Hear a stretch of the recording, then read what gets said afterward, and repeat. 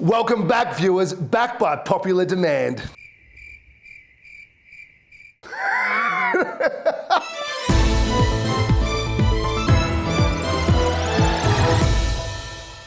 Good evening, Queensland. I'm Boyd Burgundy, and today we're diving into the world of, wait for it, Stage 2 rental law reforms in Queensland. It's the kind of news that will leave you sitting on the edge of your rented couch. Isn't that right, Brian? You're absolutely right, Boyd. I mean, this is bigger than the time I discovered off-the-plan apartment deals. 60% of the time, they profit none of the time. Brian, I don't know what you just said, but I like it. Now, let's get into this. As we previously reported, some changes already kicked off back on June 6th.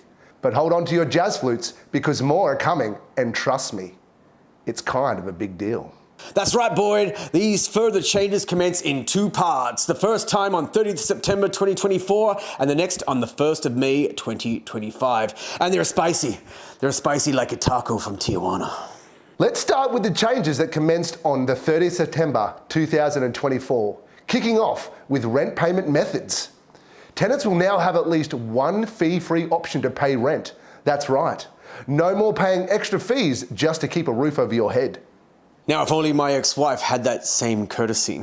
And landlords must give tenants a heads up about any sneaky little fees attached to those payment methods, Boyd. This is like discovering there's a bar tab at the end of the night and realizing you ordered every single bottle of scotch in the place. Oh, I've been there, Brian. Moving on, bond claims. Here's where things get juicy. Property managers and landlords now have 14 days to provide tenants evidence to support a bond claim or dispute resolution request. And believe me, they'll need that evidence. Photographs, receipts, maybe even your aunt's casserole recipe, if it's that messy. You know what they say, Boyd? When it comes to bonds, if you got the facts, you get the cash. If you don't, well, 60% of the time, you lose it every time. Ah, beautifully said, Brian. And get this, bonds will now be capped at 4 weeks. That's right, folks. No more demanding 6 weeks of bonds. This is the rental world equivalent of discovering Baxter is bilingual. That's incredible, Boyd. And speaking of surprises, if tenants have already paid more than 4 weeks of bond, there's cases where they can ask for a refund at the time of renewal. I mean, it's like getting money back for a bad haircut. Unexpected, but absolutely glorious. That's right, Brian. I also once tried to ask for a refund on a mustache wax. I didn't get it. I didn't get that refund. And now, let's talk about water bills. Tenants will now have to receive their water consumption bills within 4 weeks of the landlord getting the bill from the water authority.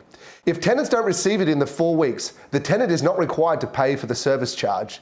No more endless waiting like I waited for my jazz flute solo to go viral.